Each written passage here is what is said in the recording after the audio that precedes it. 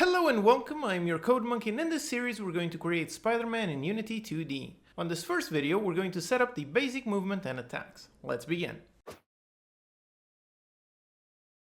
Alright, so as a starting point I have some animations already set up. I have some punch animations and some kick animations. Also the basic movement animations. Now I'm using my own custom animation system, but you can set up the animations in your game using whatever animation system you prefer. You could use your own custom animations or the Unity animation system. The only important thing is that you expose certain functions to be able to trigger those animations. So let's go into the code and see what functions we need to set up our logic.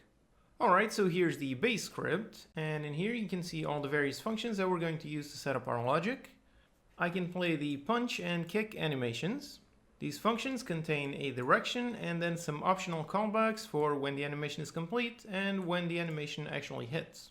I can also test which one is active, and I can play either move or idle animations. Okay, so with all of these functions we should be able to make a script to handle the logic for moving and attacking. So let's go into the editor and make a new C# script, and let's name this Spider-Man. Let's drag it onto our Spider-Man game object, which as you can see also contains the base script.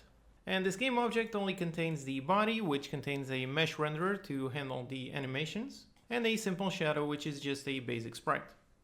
Alright, so let's go to the code. Now in here, let's first remove the start and update and instead make a private void awake. On the awake, let's grab a reference to the base script so we can access those functions. So first let's go up here, make a private Spider-Man base, and let's get that component in here. Game object.get component of type Spider-Man base. Okay. Now to make sure that everything is working, let's test doing a kick. So to test that, I'm going to use the function periodic, which is part of the CodeMonkey utilities that you can grab for free from unitycodemonkey.com. So I'm going to go up here and do using codemonkey.utils. Now the function periodic triggers an action every certain amount of time. So in here I can create, and in here I can give it an action, then some time. So the action we want to test is a kick. So in order to do a kick, let's pass in a function. And we're going to go into the Spider-Man base and play the kick animation. For direction, let's just kick to the right side. And for the callbacks, let's leave them at null. Alright, so trigger that action every second. Alright, so we should be able to see Spider-Man doing a kick every second. Let's see. And yep, there it is. He's doing a kick every second, which means all our setup is correct, and we can now use all the base functions to continue our script. So let's first handle movement. So in here, let's do a private void handle movement. And this function will be called on our private void update. And here we call handle movement, okay? Now we're going to set up movement using WAS and D. So let's test for those various keys. In order to test, we do if input.getKeyDown of the key code, let's say W, and if it is, we want to move up. So let's go up here and set up some floats for the move on the X and a float for the move on the Y. Now if we are pressing W, we want to move up, so set the move Y to 1F. Then let's do the same for all the other keys. Alright, so when we press W, we want to move on the Y on the positive, on the S, you move down, on the A, you move left, and on the D, you move right. Alright, now let's create a vector 3 using those floats. So vector 3 for the move there, which will be a new vector 3 using the move X, the move Y, and then we normalize this vector. Now in here, let's do a boolean and test if we are idle. And we are idle if move X equals 0 and the move Y also equals 0. If both are 0, then we are idle. So in here we test if we are idle, then we want to play the idle animation. So go into the Spider-Man base class and play the idle animation. If we are not idle, then we want to move. So go into the base and play the move animation towards the movement there. Okay, so we are playing the move animation. Now let's also actually move the transform. So for that, we do transform.position, and we increase our transform position by the movement direction multiplied by time.delta-time, and also multiplied by a speed value. So we have to go up here, and let's set up a private const float for our speed, and let's put it at 50f. Okay, so let's use that constant down here. So increase the position by the movement direction multiplied by our speed multiplied by time.delta time. This is so our movement is independent of our frame rate. Okay, so our movement should be correctly working. First we set up some floats, then we assign values to those floats if the keys are pressed. We create a normalized vector 3 using those. We test if we are idle, which happens only if both are 0. If we are, we play the idle animation. If not, we play the move animation and we move towards the move deer position. So in our function, we actually have a tiny issue. So instead of get key down, it should just be get key, because if you're using get key down, it will only trigger on that particular frame, and we want this to trigger every frame. All right, so it now should be working. Okay, there's Spider-Man, he's idle, and if I move, yep, there you go, he's moving around, he's playing the animations and moving the transform. And if I stop, yep, he stops and he stays on idle. All right, great. So now that our movement is working, let's set up some attacks. So let's first go down here and make a private void, and let's call it handle attack. This function will also be called on our update. After we move, handle our attacks, okay. Now we're moving with WASD, and for the attack, we're going to use the mouse click. So inside our function, let's test if input.getMouseButtonDown. And here we're using mouse button down since we wanted to trigger only on that specific update. We test for the left mouse button, which is on index 0. If the mouse is down, then let's do an attack. So let's go into the SpiderMan base and play the punch animation. Now we need a direction. So let's first go up here, do a vector 3 for the attack direction. Now the attack direction will be essentially pointing towards the mouse. So let's grab the mouse position. For that, I'm going to go into the utils class and get the mouse world position, and subtract it to our transform.position, and finally normalize the whole thing. Okay, so we now have the attack direction. That's what we're going to use on our punch animation. On hit, let's do nothing, and when the animation is complete, let's go back to idle. So SpiderMan base.play the idle animation. Okay, so we test if the left mouse button is down. If it is, we calculate the direction pointing towards the mouse, and we play a punch animation using that direction. When the animation is complete, it goes back to being idle. So let's test and see if we're playing the punch animation towards the mouse button when we click. Alright, here's Spider-Man. If I click, as you can see, there's an issue. It plays the animation when we click, but in the very next frame, it goes back to being idle. So let's go into the code and see why that's happening. So here on our update, every single frame we're running these two functions. And on the handle movement function, on every frame we are either playing the idle animation or the movement animation. So those are canceling the attack animations. So we want to make sure that we only call this function when we're not attacking. So let's go up here and create a private enum called state that will handle our current state. For the possible states, we're going to have normal or attacking. And let's make a private state to store our current state. So on the awake, we set the state to start off as normal. And on our update, we only want to call these functions if the state is normal. So if state equals state.normal, then we want to do this. If we are attacking, then we don't want to trigger this. So let's make some helper functions for setting the state. So private void set state normal. And here simply do state equals state.normal and do the same for the attack.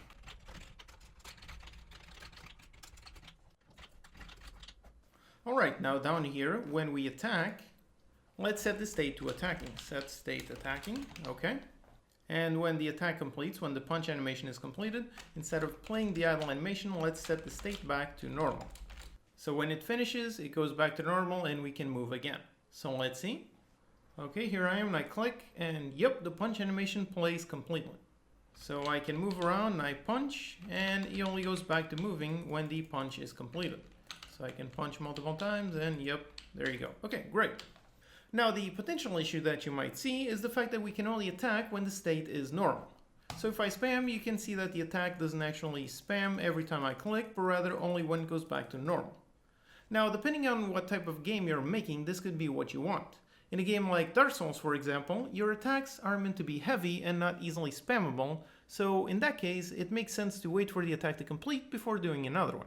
However, in the game we are making here, it is meant to be more arcadey, so we want our attacks to be fast and responsive. So let's go back into our code. Now in here on our update, we want to handle movement only when it's normal, but we also want to test for attacks when the state is attacking. That way we can't move while attacking, but we can do another attack. So instead of an if, let's do a switch. So a switch on our state. Now, case we are on state.normal, then we test for both of these. But case we are on state.attacking, then we only want to attack. So this way we can only move whilst normal, but we can attack whilst we are also in the middle of an attack. So let's test. Okay, so here I am. I can move and I can attack, and as you can see, I don't move whilst in the middle of an attack. But if I click twice really fast, yep, you can see that he is constantly firing the attacks. This way our code is much more responsive. Okay, so right now we have the punch animation working correctly, but we aren't doing any kicks. Let's make it so we do a punch, then a kick, then a punch, and so on. So back in our code down here, when we're attacking, before we play the punch animation, let's first test if we are already punching. So we're going to use that function on the base class to test that. So do an if, go into the base class, and test is playing the punch animation. Now if we are currently playing the punch animation, then we want to play the kick animation. If we are not playing the punch animation, then we want to play the punch animation. So the first attack will always be a punch, but if we attack again whilst in the middle of a punch, we will do a kick.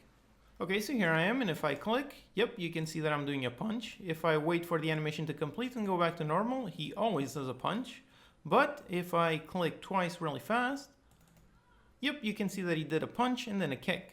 If I attack both, yeah, you can see he's switching between punching and kicking. So I can move around, kick twice, and there you go. He does a punch, kick, punch, kick. All right, great. So we now have a nice simple combo. So now let's add a impact effect. Down here in the textures, I have a impact sprite sheet. It is a very simple sprite sheet containing some basic animation of an impact effect. So let's create a game object. And inside, let's make another game object. And for the inner one, we're going to call it sprite. I'm going to add a sprite renderer, and then also add a sprite animator. This script was created in a previous video. It's very simple. It just receives an array of sprites and plays them sequentially. So I can drag all of my sprite frames, and just like that, it won't play them sequentially. Keep it at 30 frames per second and destroy it when complete. Now the default rotation in Unity is on the right side, but our sprite is pointing up, so let's just do a simple rotation here. Let's push it slightly forward, and let's make this into a prefab. So make a new prefab, and let's call it PF Impact Effect. Let's drag it onto our prefab, and like that. So now we can go into the code on our SpiderMan class and go up here. Let's add a reference to the impact effect. So a private transform for the PF Impact Effect. And let's make this a serialized field so we can set it in the editor. And down here, when we are playing the punch or kick animations, again, we can now use this callback right here. It triggers when the animation actually reaches the impact frame. And inside it receives a vector3 for the impact position. So vector3 for our impact position. So using that, let's spawn the impact effect on that position. So instantiate our PF impact effect. Let's put it on the impact position. Put a quaternion.identity, and then let's rotate it. Set the Euler angles to a new vector3 since we're rotating in 2D. Set it to 0, 0, and then let's go into the utils class to get the angle from vector, and we're going to rotate it towards the attack direction. All right, let's do the same thing also on our punch animation. Okay, so now let's run the code. Okay, there's Spider-Man, and if I punch, yep, you can see a nice little effect in there. If I punch and kick, and so on. I can punch in any direction, and it just has a nice simple impact effect. Okay, great. Now finally, let's set up the camera to actually follow our player character. I'm going to use the script that we created in a previous series, the camera follow script. It allows me to easily set the camera following a certain position. So let's first make a script for our game handler. This will help us set things up. Let's drag the game handler onto the game handler object, and onto the main camera, let's add the camera follow script. So now let's go into the game handler script. Now in here, let's add a field for our camera follow. Now the camera follow is included in the CodeMonkey.mono behaviors. Then let's also add a reference for our Spider-Man and make both of these serialized fields. And on our private void awake, let's set up the camera to follow Spider-Man. So do a camera follow dot setup, and we're going to set it up to follow the Spider-Man position. So before we do this, let's go into our Spider-Man and add a function to return our position. So let's go down here, make a public vector3 call getPosition, and we're simply going to return our transform.position. Okay, so we can now go back into our game handler and use SpiderMan.getPosition. That is the function that will get the camera follow position. And for the zoom, let's just give it a static zoom, so zoom at 60f. Alright, so we should now have the camera smoothly following the player. And yep, there you go, you can see the camera smoothly following our Spider-Man. Okay. Now since we're using the mouse to attack, let's also make the camera slightly follow the mouse. So on the game handler in here, let's go down and make a private vector3, and let's call it getCameraFollowPosition. And this is the function that we're going to use up here instead of directly following just Spider-Man. So in here we want the camera to be shifted slightly towards the mouse position. So first let's grab a vector3 for our mouse position, which again I'm going to go into the utils class and get the mouse world position. So let's calculate the vector3 of Spider-Man to mouse deer, which will be the mouse position minus Spiderman.getPosition. Let's leave the vector with its magnitude, so we're not going to normalize it. And here we're going to return the Spiderman.getPosition. So the Spider-Man position plus the direction towards the mouse multiplied by a small amount, since we don't want it to be exactly at the mouse position. Okay, so in here we are grabbing the mouse position, calculating the direction from the Spider-Man towards the mouse. Then we are returning a position based on the Spider-Man position plus that direction to the mouse multiplied by a tiny amount. So let's test. And yep, as you can see, the camera is slightly shifted towards the mouse. So I can move the player, the camera moves, and if I'm looking in there, the camera is slightly shifted in there and there and there. So this way we can easily move, the player is always in view, and I can attack, and if I attack to the very sides, the camera is nicely panning.